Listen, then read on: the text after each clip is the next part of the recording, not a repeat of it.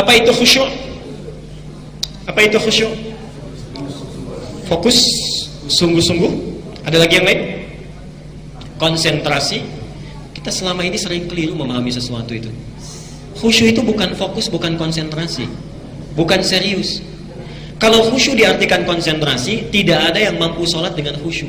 Bahkan Nabi pun tidak akan khusyuk. Karena pernah satu kali Rasulullah sujud, Hasan Husain naik ke pundaknya. Karena tahu Hasan Husain itu naik, dilamakan sujudnya sengaja untuk menyamankan mereka bermain. Kalau khusyuk diartikan fokus, konsentrasi, berarti Nabi saat itu sedang tidak konsen. Jelas ya? Baik. Nah, khusyuk itu bukan fokus, bukan konsentrasi. Khusyuk itu diterjemahkan dalam bahasa Arabnya dengan arti at-tawadhu' wal khudu' atau al-khudu' wat tawadhu'. Al-khudu' wat tawadhu'. Sudah bertambah kosakata bahasa Arabnya? Kosakatanya sudah bertambah? Ingat setiap pertemuan dengan saya selalu ada kosakata ya? Insyaallah. Ayo, malu pada anak-anak di Arab tuh, kecil-kecil sudah bisa bahasa Arab. Antum sudah 60 tahun juga masih belum bisa aja. Ya. Teruskan dulu, bagaimana paham Quran? Al-khudu' wat tawadhu'. Al-khudu' itu artinya kepasrahan total. Pasrahan total. Khudu'. Wat tawadhu', tawadhu' itu kerendahan hati. Jadi khusyuk itu adalah kepasrahan jiwa dan raga secara total yang disertai dengan sifat kerendahan hati. Kepasrahan jiwa dan raga secara total yang disertai dengan sifat kerendahan hati. Definisinya dulu. Bagaimana dalam hal prakteknya? Ternyata Bapak Ibu sekalian, khusyuk itu dalam fikih salat itu dibagi kepada 3 bagian. Ada 3 fase. 1, khusyuk saat akan sholat, sebelum sholat, persiapannya sesaat sebelum sholat. Yang kedua, khusyuk saat sholat. Dan yang ketiga, pasca sholat atau setelah sholat, sesaat setelah sholat. Pasrahan jiwa dan raga secara total yang disertai dengan kerendahan hati ditunjukkan dengan 3 fase ini: sebelum sholat, saat sholat, dan pasca sholat. Kita akan fokus pada yang ini dulu. Ternyata sebagian orang memahami khusyuk itu hanya sebatas saat sholat. Tapi nas Al-Quran dan hadis Nabi SAW menunjukkan kepada kita ternyata proses khusyuk itu dimulai sejak saat akan sholat. Dimulai sejak saat akan sholat. Bagaimana petunjuk yang pertama? Lihat ayat 46-nya Al-Baqarah. Tadi ayat 45 dan 46-nya. Wasta'inu bis-sabri was-salat wa innaha lakabiratun illa 'alal khashi'in. Jika punya persoalan, maka minta tolonglah pada Allah dengan cara ikhtiar, dengan sabar dan salat. Sulit salat itu dilakukan kecuali bagi orang khusyuk. Siapa mereka? 1. Perhatikan. Alladzina yadhunnuna annahum mulaqu rabbihim. Alladzina yadhunnuna annahum mulaqu rabbihim. 1 dulu ini. Kedua, wa annahum ilaihi raji'un. Ayat 46. Perhatikan sini. Orang khusyuk itu siapa mereka? Alladzina yadhunnuna, yaitu orang-orang yang sebelum sholat, bukan saat sholat. Orang-orang yang sebelum sholat, yadhunnuna, dia telah sangat merasakan annahum mulaqu rabbihim, dia akan bertemu menghadap kepada Tuhannya. Di ciri orang khusyuk itu sebelum sholat dia sudah punya rasa, sudah akan yakin menghadap, memenuhi undangan Allah, menghadap kepada Allah Subhanahu wa ta'ala. Baik, tadi azan apa artinya? Baik, telinga secara bahasa ya, didengar oleh kita. Secara fikihnya panggilan Allah untuk menghadap kepadanya. Nah, orang khusyuk itu saat dia akan sholat ditunaikan, mendengar panggilan itu, dia sudah merasa, oh sekarang sudah diundang oleh Allah. Oke, sudah diundang oleh Allah. Nah, sekarang saya tanya pada Bapak Ibu sekalian, sekarang jam 9 lewat 2 menit. Kalau kita jam 10, alhamdulillah, jam 10 kita diundang oleh Pak Gubernur untuk insya Allah brunch, breakfast and lunch, ya. Nanti, nggak sekarang puasa ya, membawa bekal brunch misalnya, baik. Dikasih sembako, diundang sekaligus audiensi. Kira-kira pakai baju kayak gini atau ganti? Naikkan tawarannya, diundang presiden jam 12 di Istana Negara, kita akan berangkat, ganti seperti ini atau gini saja? Ganti baju, pakai minyak wangi, kalau perlu 5 meter sebelum datang sudah tercium, kan? Dan jangan lupa bawa proposal yang belum tentu dikabulkan. Kalau antum bertemu dengan sosok manusia saja, persiapan kita sudah sedemikian bagus adanya, dijadikan kita siap-siap dengan baik, parfumnya baik, pakaiannya baik dan sebagainya, yang permohonan kita belum tentu dikabulkan. Kenapa ketika dipanggil oleh Allah penampilan kita biasa-biasa saja? Karena itulah ciri orang khusyuk ketika dipanggil oleh Allah. Apa persiapannya? 1. Al-A'raf ayat 31, Quran surat 7 ayat 31. Ya bani Adam khudhu zinatakum 'inda kulli masjid. Wahai anak cucu Adam, setiap engkau mau ke masjid, dalam konteks ini mau salat, setiap mau salat kenakan pakaian terbaikmu. Khudhu zinatakum, subhanallah, diundang Allah. Diundang oleh Allah, akan dikabulkan permintaan kita, dimaafkan kalau salah, diampuni kalau berdosa, dan subhanallah sehari minimal diundang 5 kali. Ada nggak bupati ngundang kita sehari 5 kali? Nggak ada. Allah mengundang kita sehari 5 kali, ingin mengabulkan setiap permohonan kita, ingin memaafkan kita, mengampuni setiap dosa kita. Hadisnya berlaku, salat antara satu dengan yang lainnya bisa menjadi kafarat antara dosa-dosa yang dilakukan di antara itu.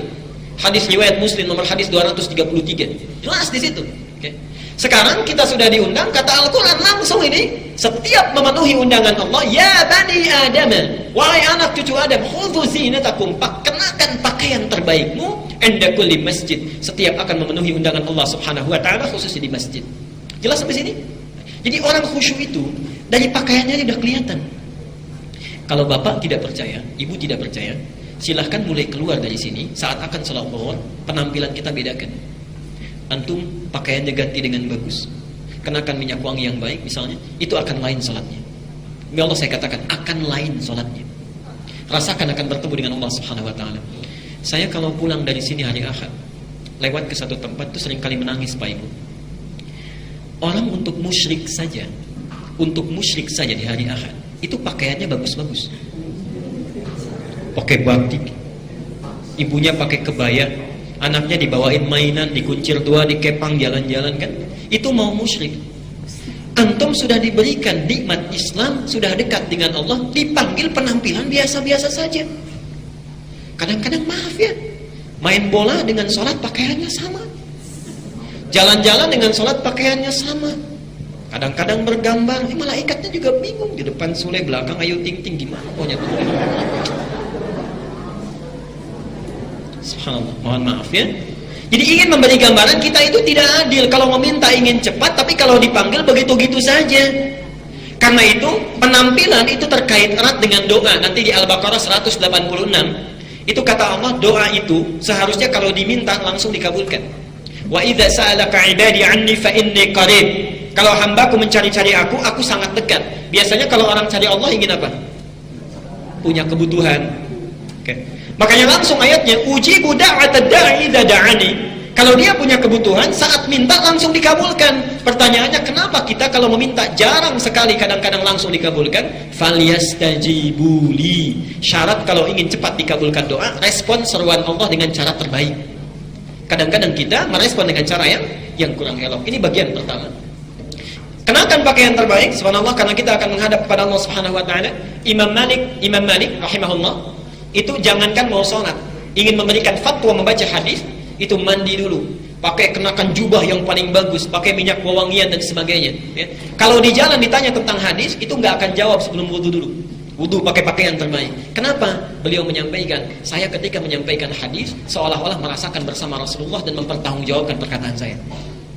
Apalagi bertemu dengan Allah. Yang kedua, orang khusyuk sudah siap dengan pakaiannya. Yang kedua, dia sempurnakan wudunya, berwudu. Dalilnya Quran, surah 5 Al-Maidah ayat ke-6. Ya ayyuhalladzina amanu idza qumtum ilas shalah faghsilu wujuhakum wa aydiyakum ilal marafiq, dan seterusnya ayat. Wahai orang-orang yang beriman, apabila kalian ingin menyempurnakan salat, begitu terjemahnya. Ya. Di qumtum itu dari kata qama. Idza qumtum ilas shalah. Itu artinya menunaikan dengan sempurna. Artinya ada orang salat yang tidak sempurna. Jika kalian ingin menyempurnakan salat, maka berwudulah terlebih dahulu dengan membasuh wajahmu, tangan sampai dengan siku. Awas, bukan siku sampai tangan, tapi tangan sampai siku. Awas, saya pernah terangkan ini ya. Jadi wudunya tidak ada lagi yang dari siku ke tangan, kerannya dibuka dari siku ke tangan, tidak. Yang dimaksud dari tangan ke siku baru dialirkan. Sampai selesai ini kita lakukan. Jadi satu, diminta menyiapkan pakaian terbaik. Yang kedua, sempurnakan wudu. Bahkan Nabi menyampaikan kepada orang yang kurang baik salatnya, idza qumta ila shalah fa asbighul wudu. Kalau engkau ingin menunaikan salat dengan sempurna, sempurnakan dulu wudumu. Itu satu. Baik. Kapan ini dilakukan? Dan kenapa ini mesti dilakukan? Lihat sini. Ini persis dilakukan maksimal saat azan. Saat azan. Allahu Akbar, Allahu Akbar. Langsung kita siapkan pakaian terbaik. Kemudian wudu kita sempurnakan dengan baik. Kapan dilakukan? Saat azan.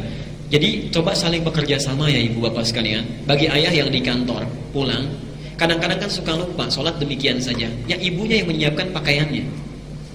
Sholat terkait erat dengan kebahagiaan. Yakin pada saya kalau anak benar sholatnya, itu akan terbuka kecerdasannya. Kadang-kadang orang tua lupa, pulang dari sekolah pakaian seperti itu saja. Bapak ibu siapkan pakaian terbaiknya, bimbing wudunya dan sebagainya. Satu ini. Teruskan dulu. Baik. Kenapa ini penting dilakukan? Karena kita akan berjumpa dengan Allah, menghadap kepada Allah. Kemudian, nah ini kaitannya. Wa annahum ilaihi raji'un. Ini ciri yang ketiga. Di orang khusyuk sebelum salat, dia pakai pakaian terbaik, siapkan wudu dengan baik. Dan yang ketiga, perhatikan di sini. Kenapa kita mesti mengenakan pakaian terbaik dan wudu dulu dengan sempurna? Wa annahum ilaihi raji'un. Maaf, kalau ada orang yang meninggal dunia apa yang diucapkan? Wa inna ilaihi raji'un. Dan dia merasakan barangkali ketika dia memenuhi undangan Allah, dia akan dipanggil untuk selamanya. Dia akan dipanggil untuk selamanya. Ada yang namanya di sini Andi. Mudah-mudahan tidak ada. Kalau ada maksud saya akan saya ganti. Oke. Pak Andi sudah dipanggil Allah. Apa artinya? Meninggal. Antum dipanggil Allah 5 kali sehari. Dan kita tidak tahu kapan kita akan pulang. Ada yang tahu kapan akan meninggal? Tidak ada. Setiap hari 5 kali kita diingatkan, dipanggil oleh Allah. Barangkali panggilan itu menjadikan panggilan terakhir dalam kehidupan kita. Dan tidak ada cara pulang yang paling indah kecuali saat ingat dengan Allah. Salat, sujud dia meninggal. Salat saat tersambung dengan Allah Subhanahu wa taala. Kata Allah, perhatikan kalimatnya, orang khusyuk itu apa yang dilakukan? Dia yakin akan bertemu dengan Allah, siap-siap kenakan pakaian terbaik. Allah yang dituju. Wudu dia, kenapa dengan wudu? Karena dia sempurnakan dulu, bersihkan jiwanya, bersihkan hatinya, sehingga ketika wafat menghadap Allah tidak perlu dibutuhkan lagi oleh orang lain. Jelas sampai sini? Kapan isyarat yang kedua ini dilakukan? Ini saat adzan, yang ini saat iqamah. Iqamah. Di antum kalau sudah masuk masjid, kemudian ada iqamah, Allahu Akbar, Allahu Akbar, kan? Nah itu maksudnya, hadirkan diri kita, bersiap menghadap Allah, dan rasakan barangkali ini sholat terakhir saya, mungkin saya pulang. Jelas sampai sini? Kalau orang sudah melakukan tahapan ini, itu insya Allah hatinya tersambung dengan Allah. Lahir kepasrahan, lahir ketundukan, bersiap. Coba antum ingat-ingat berapa dosa yang dibawa sebelum sholat. Barangkali diwafatkan dosa kita masih banyak.